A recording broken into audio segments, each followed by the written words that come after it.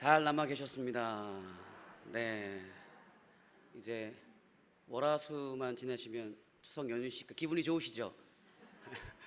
수요일까지만 열심히 하시면 되니까 오늘 예배 잘 드리시고 또 추석 연휴 잘 보내시기를 바랍니다. 오늘 본문의 말씀을 보면 베드로 사도는 본도, 갈라디아, 갑바도기아, 아시아와 비두니아에 있는 성도들에게 편지를 썼다고 기록하고 있습니다. 여기 언급된 지역들은 지금 터키의 옛 지명으로 소아시아 지역에 속해 있다고 생각하시면 돼요. 그러니까 베드로가 이 지역을 직접 방문했다는 기록은 없어요. 그러니까 직접적인 증거가 없는 거죠.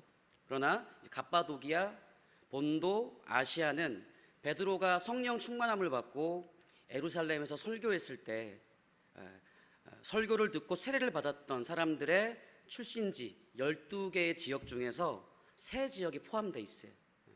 아마도 이 세 지역의 사람들이 그 설교를 듣고 세례받고 돌아가서 가정교회를 시작하지 않았을까 추측할 수 있는 것이죠. 그러니까 그 지역은 유대인 그리스도인들보다는 이방인 그리스도인들이 더 많았을 것이라고 추정이 되고, 아마도 그 이방인 그리스도인들은 극심한 박해가 예상되는 공동체였을 것입니다. 저는 이러한 이방인 그리스도인들의 모습과 미래를 상상해 보면서 현재 우리를 보게 됐어요.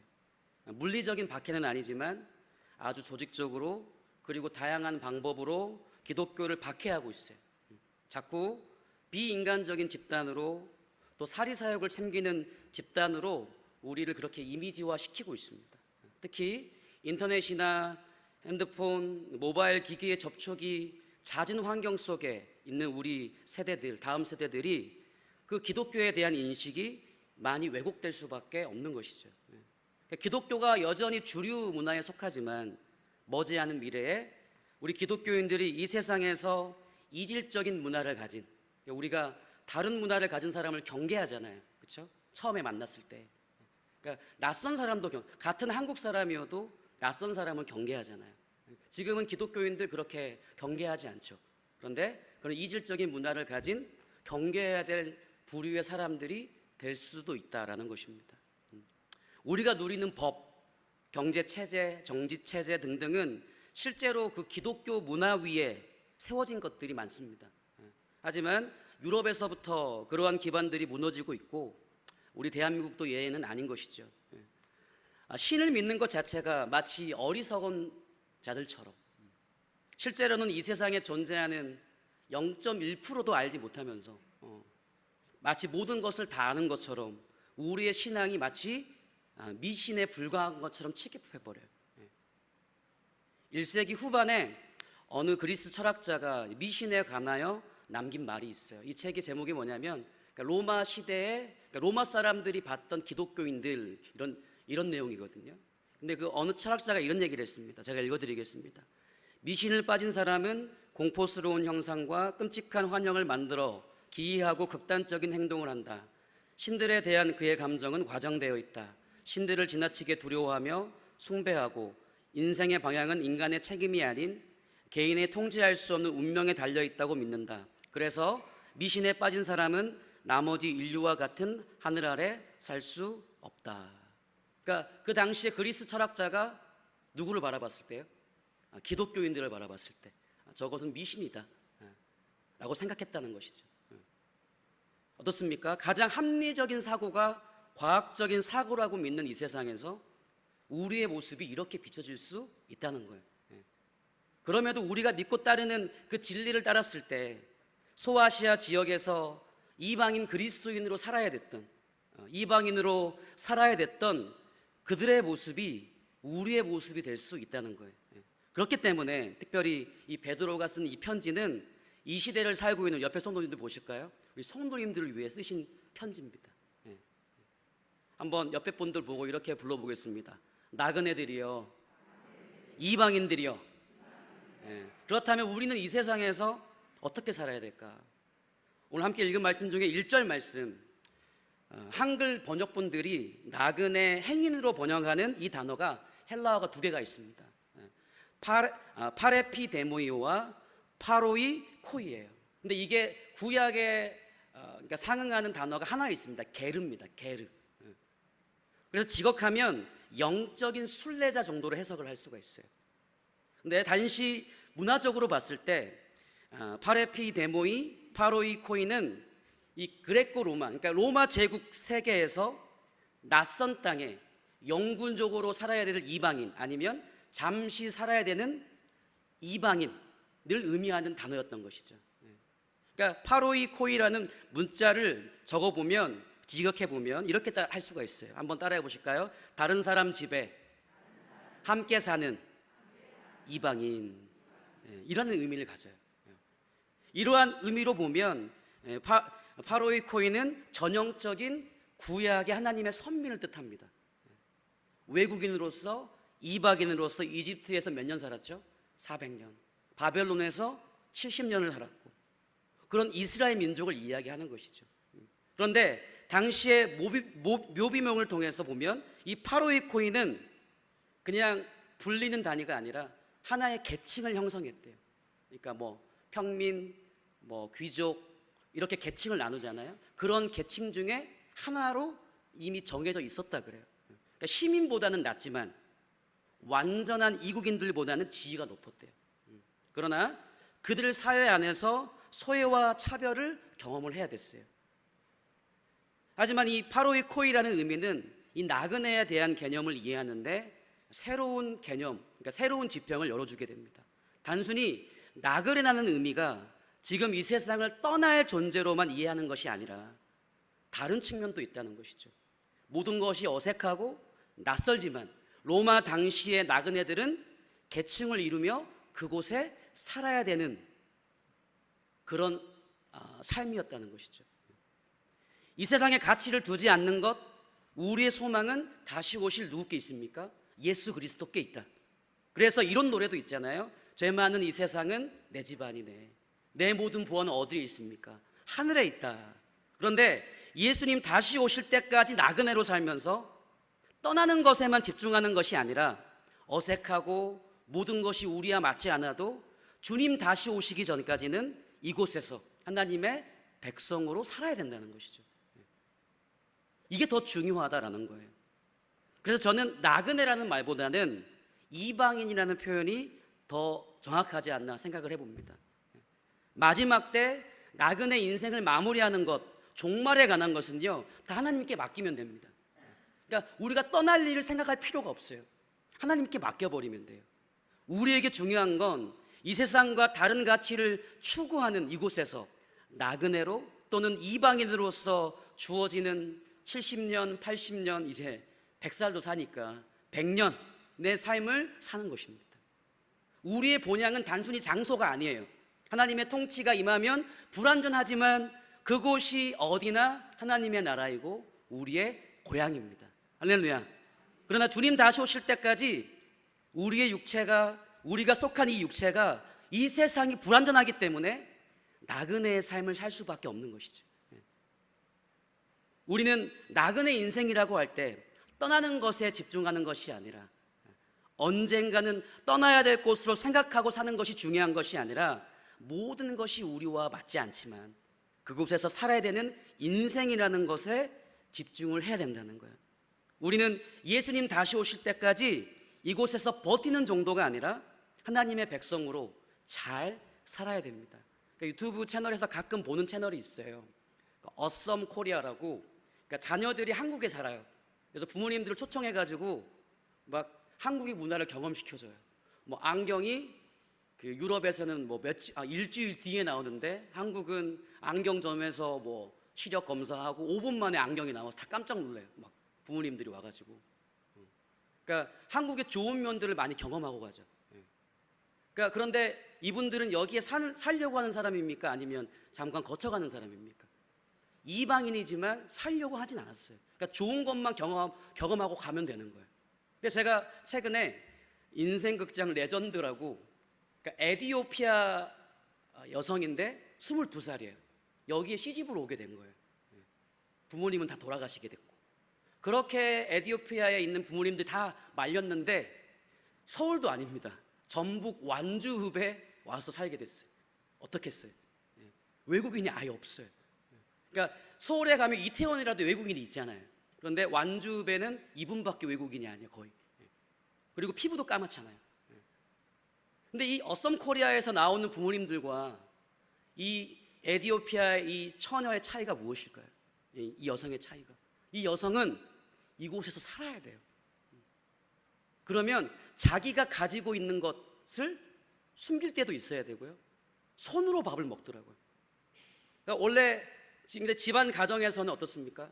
그 한국 가정에서는 손으로 먹는 사람 없잖아요. 그러니까 부모님, 시어머니와 시아버지와 살 때는 숟가락하고 젓가락으로 먹다가 이태원에 가서 에티오피아 전문 식당에 가니까 바로 손으로 먹더라고요. 그러니까 이 어썸 코리아에서 나오는 부모님들은 솔직히 말하면 우리가 생각하는 이방인 나그네의 개념과는 다르죠. 그런데 어떻습니까? 이 에티오피아 이 여성분은 어떻습니까? 진짜 이방인인데 이곳에 살아야 돼요. 다 맞지 않아요. 1년 반밖에 안 됐어요. 피부색도 다르고 생각도 다르고 시아버지 앞에서 퇴근하자마자 막 대자로 누워버려요. 그러니까 아버지, 시아버지가 이러면 안 된다고, 가르쳐도 말을 안 듣는데요. 다르니까. 어떻습니까? 계속 부딪혀야 돼요. 그래도 어떻습니까? 그 남편이 그러더라고요. 내가 에티오피아 가고 싶은 생각 안 들게 잘해주겠다. 살아야 돼요. 맞지 않고 아마 영원히 적응이 안 될 수도 있죠. 그만큼 이게 문화라는 게 무섭습니다. 태어났을 때부터 어느 정도 성인이 됐을 때까지 살았기 때문에. 그런데 어떻습니까? 살아내야 돼요. 저는 이와 같은 이 에티오피아 여성의 삶이 마치 우리의 삶과도 같다라고 생각을 했어요. 저는 이 부분을 또 이사야 51장의 말씀과 연결을 하면서 나그네의 개념을 더 확장해서 이해하게 됐어요. 이사야 51장의 말씀 한번 보실까요? 이사야 51장 1절에서 3절입니다. 함께 읽겠습니다. 의를 따르며 여호와를 찾아 구하는 너희는 내게 들을지어다. 너희를 떠낸 반석과 너희를 파낸 우묵한 구덩이를 생각하여 보라. 너희의 조상 아브라함과 너희를 낳은 사라를 생각하여 보라. 아브라함이 혼자 있을 때에 내가 그를 부르고 그에게 복을 주어 창성하게 하였느니라. 나 여호와가 시온의 모든 황폐한 곳들을 위로하여 그 사막을 에덴 같게 그 광야를 여호와의 동산 같게 하였나니 그 가운데 기뻐함과 즐거움과 감사함과 창하는 소리가 있으리라. 그러니까 이 함께 읽은 이 말씀은 하나님의 구원의 사역에 대해서 확신하지 못하는 이스라엘 백성에게 하신 예언의 말씀이에요. 1절에 이렇게 말씀하죠.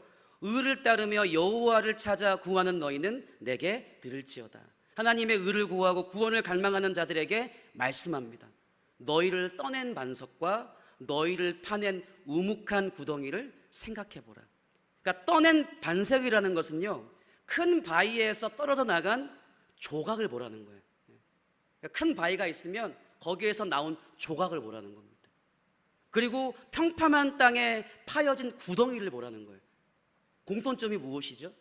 큰 덩어리에 붙어 있지 못하고 떨어져 있는 또는 다른 모습을 가지고 있다는 거예요.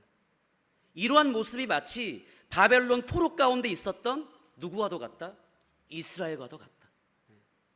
그래서 나그네, 떠낸 반석, 퍼낸 우묵한 구덩이 같은 것은 어느 정도 같은 의미를 가지고 있다고 볼 수 있어요. 전혀 문화와 종교가 다른 바벨론에 있는 하나님의 백성, 이집트 노예로 사는 그 백성들. 이사야 51장은 아브라함을 예로 들어요. 그는 75세의 고향과 친척과 아버지의 집을 떠나 무엇이 되어야 됐습니까? 나그네가 되어야 됐죠. 떠낸 땅에 파놓은 구덩이가 되어야 됐어요. 떨어진 돌 조각이 되어야 됐어요. 그러나 아브라함은 단순한 나그네가 아니었어요. 그곳을 가나안 땅을 거쳐 지나갈 사람이 아니라 그곳에 무엇인가를 남기고 살아야만 했던 자들이었던 것이죠.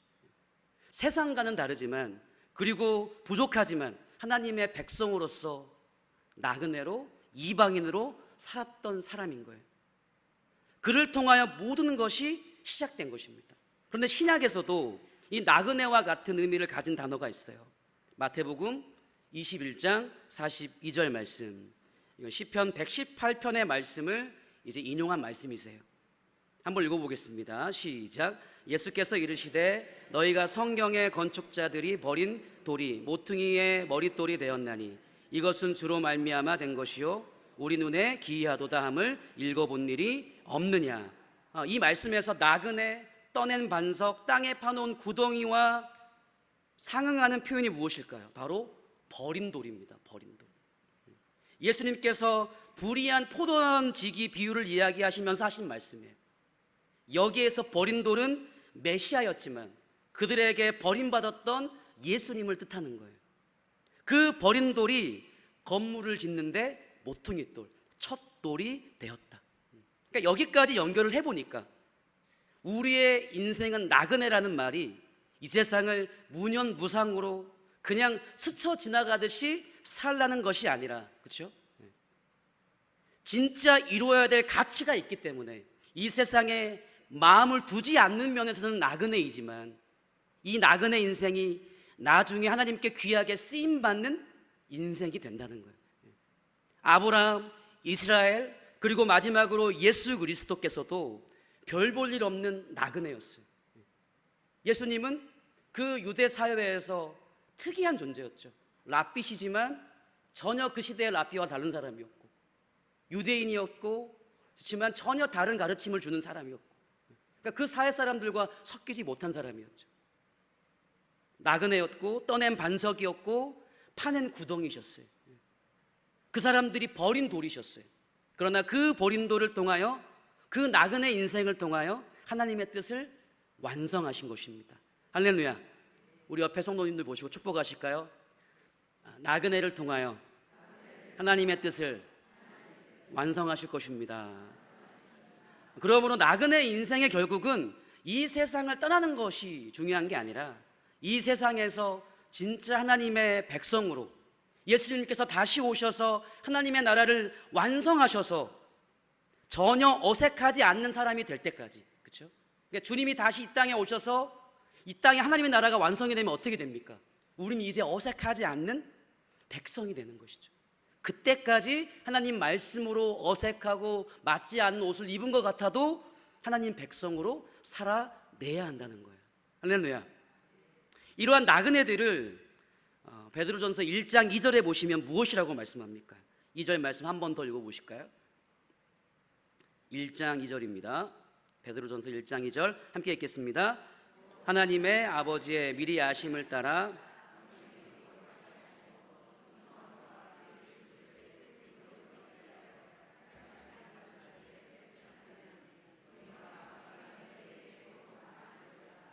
아멘. 곧 하나님 아버지의 미리 하심을 따라 성경이 거룩하게 하심으로 순종함과 예수 그리스도의 핏부림을 얻기 위하여 택하심 받은 자들이라고 말씀하고 있어요. 왜 그들이 나그네이고 이방일 수밖에 없는가? 종교와 기독교의 차이는 무엇인가? 예수 그리스도의 십자가의 죽으심을 통하여 새 생명을 얻은 자들이에요. 그러니까 여기에 예수님 믿지 않는 자들과 전혀 다른 존재로 다시 태어나게 된 것이죠. 그러니까 태어나 봤더니 옆에 계신 분들과 믿지 않는 자들과 전혀 다른 존재로 태어나게 되었다는 거예요. 그러니까 우리는 다시 태어날 때 어떤 능력을 소유하고 잘난 사람으로 다시 태어나는 게 아니라 나그네 이방인으로 다시 태어나는 거예요. 왜 그렇습니까? 세상 사람들과 다른 가치를 추구하고 예수 그리스도만을 쫓아가는 사람들이 때문에 그렇죠. 처음 태어날 때 주어진 생명이 아니라 하나님 아버지의 선택하심과 예수 그리스도의 핏부림을 통하여 얻은 생명으로 사는 자들이기 때문에 다른 인생을 살 수밖에 없는 거예요. 그래서 그들은 세상에 소망을 두지 않고 부활하신 예수님께만 소망을 두며 사는 자들이고요, 그러한 면에서는 나그네예요. 그러나 동시에 이 땅에서 살고 있는 하나님의 백성인 거예요. 이방인 그리스도인들은 핍박받는 거 당연한 거였어요. 왜 그렇습니까? 다신교, 그러니까 여러 신을 한 번에 믿는 것이 상식이었어요. 그렇죠? 그런데 그들은 어떻습니까? 유일신 신앙이었고 유대교는 그래도 그나마 종교로 인정을 해줬었죠, 처음에는. 근데 그리스도교, 기독교는 미신이었어요. 굉장히 이상한 소문이 도는, 떠낸 반석, 파여진 구덩이와 같은 인생들이었던 것이죠. 우리 기독교인들이 야성을 이룬 이유가 무엇입니까? 그리스도인들을 도덕적인 사람, 젠틀한 문화인으로 변질시켜버리기 때문 아니었을까요? 그러니까 우리는 젠틀한 사람이 될 수 없는 거예요, 실제로는. 이제 문화와 문화가 대립할수록 그럴 겁니다. 그리고 이 세상 사람에게 너무 인정받으려고 했기 때문에 그렇지 않을까요? 이게 우리가 믿지 않는 자들에서 잘 살아야 된다, 이것과는 좀 다른 얘기입니다. 우리가 반드시 놓지 말아야 될 가치가 있는데 그 가치마저도 그 사람들에게 내어줘 버렸다는 것이죠. 뭐 때문에요? 우리를 좋게 평가받으려고. 그러니까 본질마저도 내어져 버린 것이 아닌가. 우리 그리스도인들은 6절의 말씀처럼 여러 시험으로 말미암아 잠깐도 근심하지 않을 수 없지만 오히려 기뻐합니다. 왜냐하면 우리의 인생은 나그네 인생으로 이 세상을 떠나는 것이 목적, 그것만이 목적이 아니기 때문이에요. 저희가 7절부터 9절 말씀 한번 읽어보겠습니다. 그 목적이 무엇인가? 함께 읽겠습니다. 너희의 믿음의 확실함은 불로 연단하여도 없어질 금보다 더 귀하여 예수 그리스도께서 나타나실 때에 칭찬과 영광과 존귀를 얻게 할 것이니라. 예수를 너희가 보지 못하였으나 사랑하는도다. 이제도 보지 못하나 믿고 말할 수 없는 영광스러운 즐거움으로 기뻐하니 믿음의 결국 곧 영혼의 구원을 받음이라. 9절에 무슨 말씀하고 있죠? 믿음의 결국 곧 영혼의 구원을 받음이라. 그러니까 마지막 때 칭찬과 영광과 존귀를 얻는 것. 예수님을 직접 보지 못했어도 믿음으로 예수님을 보며 영광스러운 즐거움으로 기뻐하며 사는 것. 이러한 믿음의 결국이 무엇입니까? 바로 영원히 구원받는 거라는 거예요. 진정한 하나님의 백성이 되는 거라는 거예요. 원래 자리로 돌아가는 거라는 겁니다. 전혀 낯설지 않은 사람이 될 때까지 그렇게 살아내야 된다는 거예요. 나그네가 아니라 하나님의 백성으로 살게 된다는 겁니다. 언제요? 주님 다시 오실 때. 그러므로 우리는 나그네와 같은 태도로 이 세상을 대해야 돼요. 한번 따라해 보실까요? 나그네와 같은, 이방인과 같은 태도로 이 세상을 대해야 돼. 이 세상에서 하나님의 백성으로 사는 자들이어야 됩니다. 할렐루야.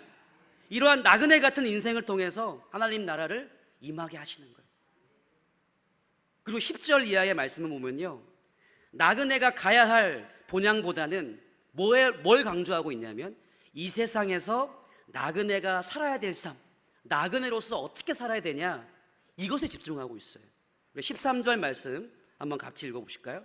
함께 읽겠습니다. 그러므로 여러분은 마음을 가다듬고 전신을 죄송합니다. 제가 쉬운 성경을 읽었나 봐요. 앞에 보시고 시작. 그러므로 너희의 마음의 허리를 동이고 근신하여 예수 그리스도께서 나타나실 때에 너희에게 가져두실 은혜를 온전히 바랄지어다. 그렇죠? 우리의 삶의 전제는 무엇입니까? 먼저는 다시 오실 주님을 기다리는 거예요. 이게 우리의 근본적인 삶의 태도가 돼야 됩니다. 그리고 14절에 말씀하시죠. 온갖 욕심을 따라 살지 말고 하나님 뜻에 순종하며 살라고 말씀하세요. 그리고 15절에 우리가 잘 아는 말씀인데 여러분이 부르신 하나님이 거룩하신 것처럼 여러분도 모든 행동에 거룩한 사람이 되십시오. 죽어서 가는 이야기 하는 거 아니잖아요. 그렇죠? 천국에서 그렇게 하라는 게 아니에요. 어디에서요? 여기에서. 그리고 거룩하게 산다는 것이 무엇인지 17절 말씀에 기록이 되어 있습니다. 17절 말씀 함께 읽겠습니다. 시작. 보시지 않고 각 사람의 행위대로 심판하시는 이를 너희가 아버지라 부른즉 너희가 나그네로 있을 때 두려움으로 지내라. 각 사람이 행한 대로 공정하게 심판하시는 분을 아버지라고 부른다면 이 세상에서 나그네 생활하는 동안 두려운 마음으로 살아가십시오. 이게 거룩하게 살아간다는 거예요. 거룩은 분리가 아닙니다. 그렇죠? 거룩은 구별이라고 많이 말하죠. 그런데 보통 거룩함을 유지하기 위해서 어떠합니까? 분리하는 사람들이 많아요. 그게 아니라는 거예요. 부정한 것, 그렇지 않은 것, 육은 부정한 것, 영은 선한 것, 교회 안과 밖 등등등. 그런데 진짜 거룩은 분리가 아니라는 거예요. 모든 상황 가운데서 하나님을 두려워하는 삶. 할렐루야. 그게 교회일지라도 그게 내가 잠자고 있는 집일지라도 직장일지라도 장소와 상관없이 하나님을 두려워하는 삶, 이게 거룩한 삶이라는 것이죠. 이렇게 늘 하나님과 연결되고 의식하는 삶이 답답하고 숨이 막힐 것 같지만 그렇지 않아요. 늘 그분을 의식하며 산다는 게 어떻습니까? 누군가가 가르치는 감독이나 선생님이 90평생, 100년 평생 우리를 따라다닌다고 생각해 보세요.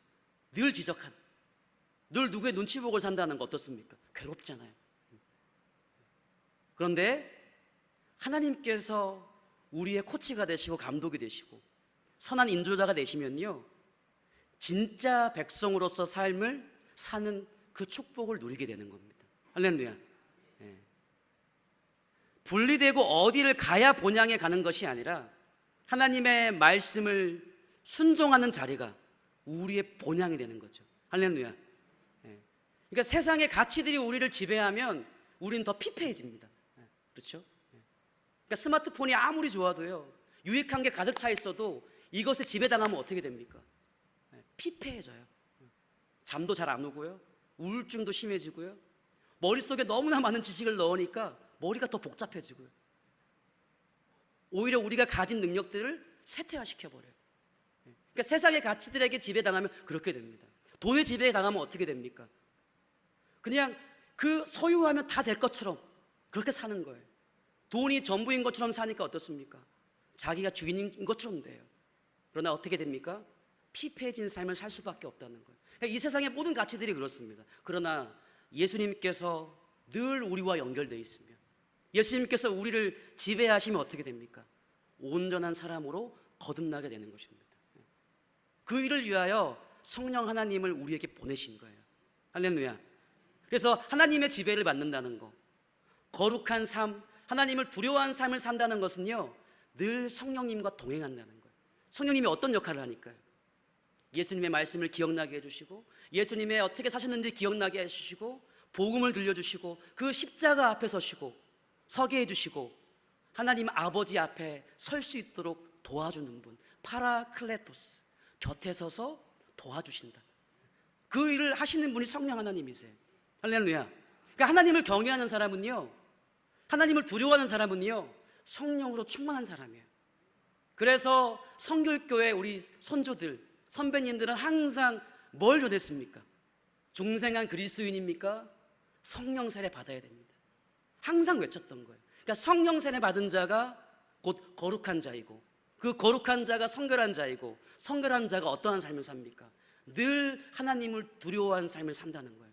이건 우리가 배워서 되는 게 아니에요. 우리가 드리는 예배, 또 우리가 규칙적으로 하는 경건생활, 또 교회에서 하는 훈련들을 참여할 때마다 어때요? 늘 그 성령 세례, 성령 충만을 사모한 마음으로 오셔야 돼요. 이게 기본이에요. 근데 언제 우리에게 그걸 주실지는 몰라요. 왜요? 선물이니까. 내가 돈 주고 얻는 게 아니고 선물이기 때문에. 할렐루야. 그래서 모든 순간을 그냥 보내시면 안 돼요. 우리 중등부 친구들에게 요구하는 게 하나가 있어요. 제발 주일 이 예배 1시간 집중해서 좀 드리자. 찬양할 때도 자기들끼리 막 얘기하고, 설교할 때도 자기들끼리 얘기하고, 그러다가 돌아가는 친구들도 많아요. 그런데 이 1시간만 먼저 한번 잘 드려보자. 집중하자. 그러면요, 어떤 선물이 우리에게, 은사들이 우리에게 부어질지 모른다는 거예요. 할렐루야. 우리가 매일 드리는 새벽 예배 의무적으로 습관적으로 드릴 때 있잖아요. 안 됩니다. 늘 경건하고 민감한 마음으로 이곳에 오셔야 돼요. 우리가 늘 드리는 주일 예배, 수요 예배, 금요 기도회, 이 모든 것이 성령 세례, 성령 충만의 통로가 될 수 있다는 것입니다. 할렐루야. 그리하여 성령 세례, 또 성령 충만한 자가요, 하나님을 두려워하는 삶을 사는 자인 거예요. 그리고 18절부터 19절 마지막으로 뭐라고 말씀합니까? 한번 읽어보겠습니다. 시작. 너희가 알거니와 너희 조상이 물려준 헛된 행실에서 대속함을 받은 것은 은이나 금같이 없어질 것으로 된 것이 아니요 오직 흠없고 접없는 어린 양 같은 그리스도의 보배로운 피로 된 것이니라. 할렐루야. 오직 흠없고 점없는 어린 양, 그리스도의 보배로운 피로, 그 보혈의 능력으로 우리는 새 사람이 되었고, 하나님의 백성으로 부르심을 받았다. 얼마나 흥분되는 말씀입니까? 여기에서부터 시작하지 않으면 도덕적인 종교인은 될 수 있지만 나그네로서, 이방인으로서 살아가는 하나님의 백성은 될 수 없다는 거예요. 우리의 삶의 원천은 바로 예수 그리스도의 십자가입니다. 나그네, 이방인이지만 이 세상에서 하나님의 백성으로 살게 하는 것, 그 에너지가 어디 있냐? 바로 예수 그리스도의 보혈의 능력이 있다는 거예요. 할렐루야. 그러니까 성령 충만한 자는 늘 그 보혈의 피의 능력으로 살게 돼 있어요. 여기에서부터 시작하셔야 됩니다. 도덕적이고 종교적인 삶을 원하지 않으세요. 바리새인들은 지극히 종교적인 사람들이었어요. 제사장들도 마찬가지였죠. 성전을 관리하는 자들이었잖아요. 그러니까 그 사람들은 종교 자체인 사람들이에요. 그러니까 바리새인들이 서민들한테 굉장히 인기가 많았어요.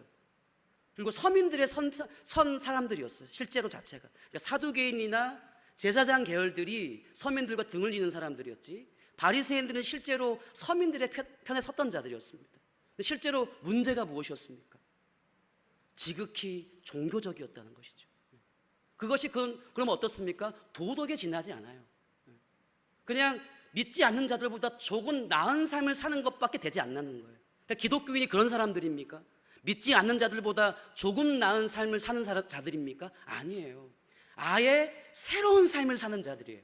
할렐루야. 그러면 어디서 시작돼야 된다고요? 예수 그리스도의 보혈의 능력에서 우리의 삶이 시작되었다는 것을 날마다 기억하셔야 돼요.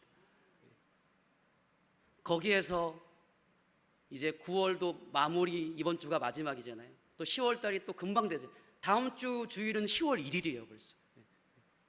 아직 늦지 않으셨습니다.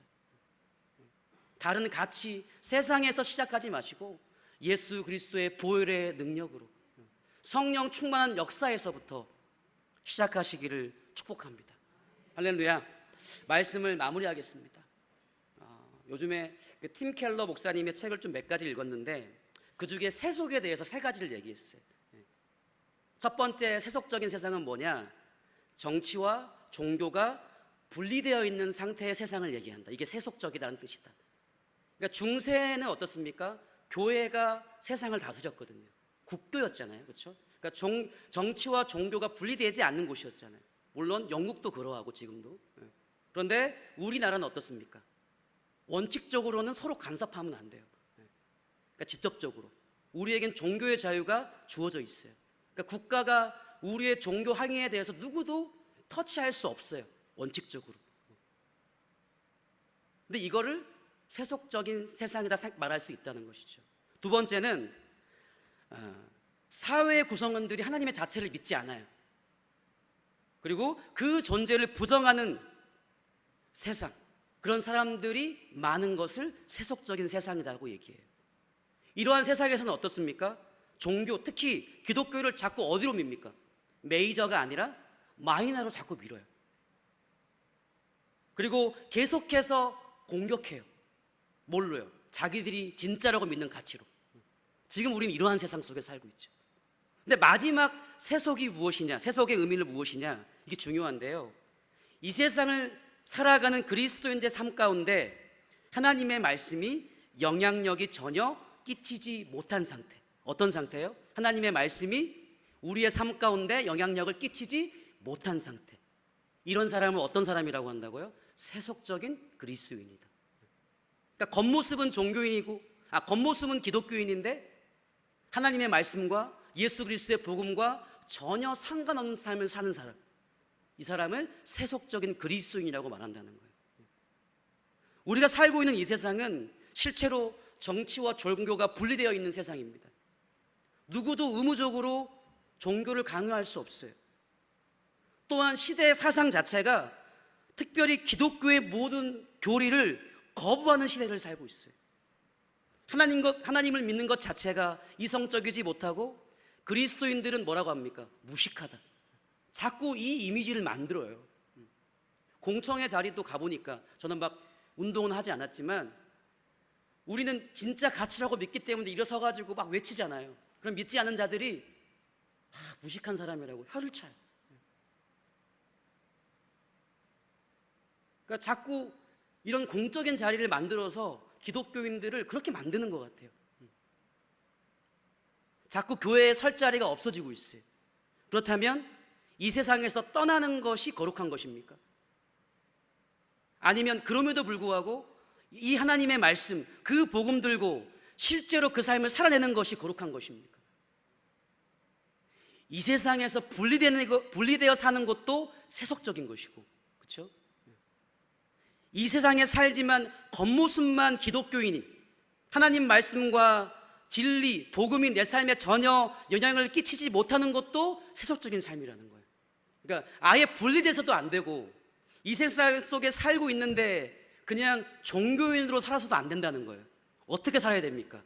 우리는 이 세상이 도저히 맞지 않는 것 같지만 나그네 된 하나님의 백성으로서, 이방인 된 하나님의 백성으로서 지금 이 땅에 주님 다시 오실 때까지 하나님의 말씀대로 사는 것, 할렐루야, 복음을 위하여 사는 것, 삶의 작은 곳곳이 하나님의 뜻이 이루어지게 하는 것, 그래서 우리가 이 세상을 살아가는 백성으로 보여주는 것, 이게 나그네 된 백성, 이방인 된 하나님의 백성으로 사는 것이라는 거예요.